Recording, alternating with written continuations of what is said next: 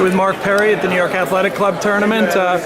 Here helping out with the Titan Mercury group. You got some wrestlers from your training center in Illinois out here wrestling as well.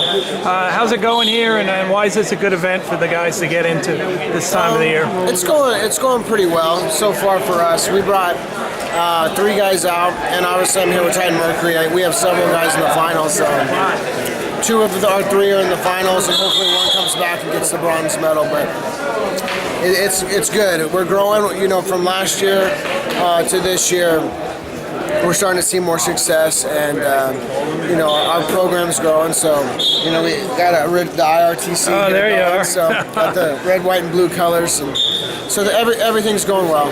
I know Wynn went out there last year and is wrestling there again, and I guess BJ, who's in the finals, decided to keep competing, and you had a few others come out as well. How does that help the college program and also help the Olympic movement to have a good presence on campus with those kind of guys? I mean, I personally think it's second to none. I think it's what college wrestling needs. Is their mentors.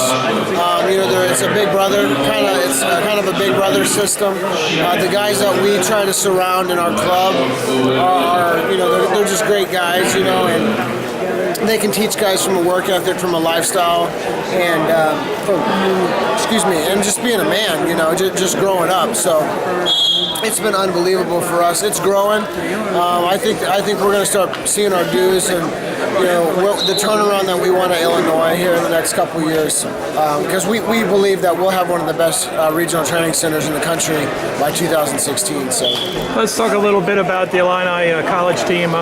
You guys have high hopes this year. Do you have some people that you think are going to? Young.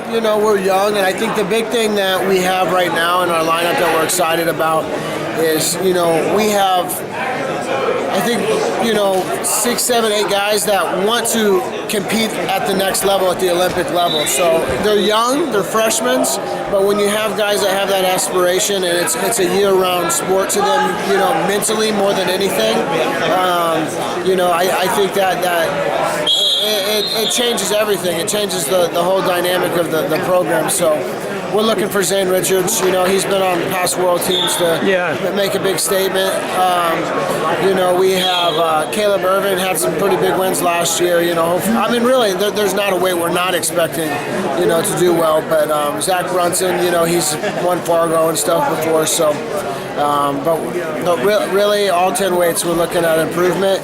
We're young, and it's one of those things where our whole mentality when Hef first brought me in was it's probably going to take us 5 or 6 years to get to where we want as a freestyle and a college program, of doing it the right way, and we believe that we'll be really good this year, but we'll be a lot better next year, and we'll be a lot better the next year, because everyone gets a year older, each year basically, and our freestyle program gets a year older. So we're just taking our time. We're having fun with it. And, but you're in a pretty competitive conference, right? Absolutely. Obviously, you guys want to do really well. Yeah, we want to win now. We want to beat those teams now. And we're young, so we just got to go out and wrestle. These guys on our college team are not going to wrestle anybody in the Big Ten tougher than the guys they're wrestling with in the training center. Right. That's the point of the training center is to test your guys. And Delgado wrestles with Futrell freestyle several times a week. Sure. And I think that's good for the future for his international career. And there's not a 125-pounder that could stay within 10 points of BJ, mainly because of his size. He's a 41-pounder. He was ranked 2nd or 3rd in the country last year. So. It's great for all these college programs that have training centers. It's everyone, I hear people complain sometimes, but it's hard work. We work very hard to maintain this thing, and it's a job in its own, So, but I really think it's something special, that we got going, and other programs do as well. And I believe as we get, closer in the next couple cycles, I think the U.S. is going to start seeing it pay off for them. Now, you had a chance to coach one of our age group world teams this summer. Yeah. What was that like for you to work with the younger experience. kids and see what our future holds for not only freestyle, but some of these kids are going to be great college wrestlers too? Absolutely. My whole experience, this last year, I studied international wrestling. I've learned more about international wrestling in 1 year than I learned in my entire life. So being over there and kind of watching, being behind the scenes, watching the cadet worlds, obviously watching the junior worlds on film, watching all these international events and being at them, and then going to the final world championships. It's made our whole program a lot better, but it was a great experience for me. Just being part of USA Wrestling right now has been, I'm just taking everything in, trying to learn. I got a lot to learn, I think we're making the gains we want to. And, being at the Cadet Worlds it was great seeing Aaron Pico win the World Championship. Man, he was something one day. He's got just that fire that, past world and Olympic champions have, just that energy. Seeing that energy, even though it doesn't have that, that 20,000 fans, it's just the energy of the event in itself, of seeing different, the way different countries warm up and how they handle winning and losing at a young age. There are things that have helped our program.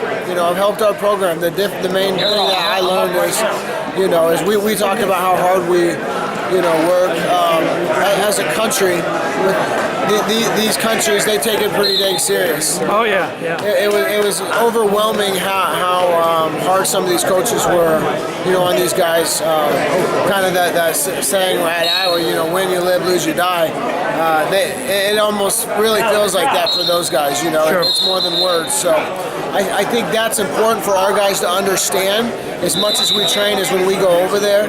They're going to lay it on the line like we are. And then it just becomes, a battle of wills and technique and, obviously planning and stuff. But it's been a great year for me as far as learning and stuff. So I'm excited. And besides Mercury, nice club that's really made a difference. You enjoy working with that group? Yeah, this is my second year, so really this is...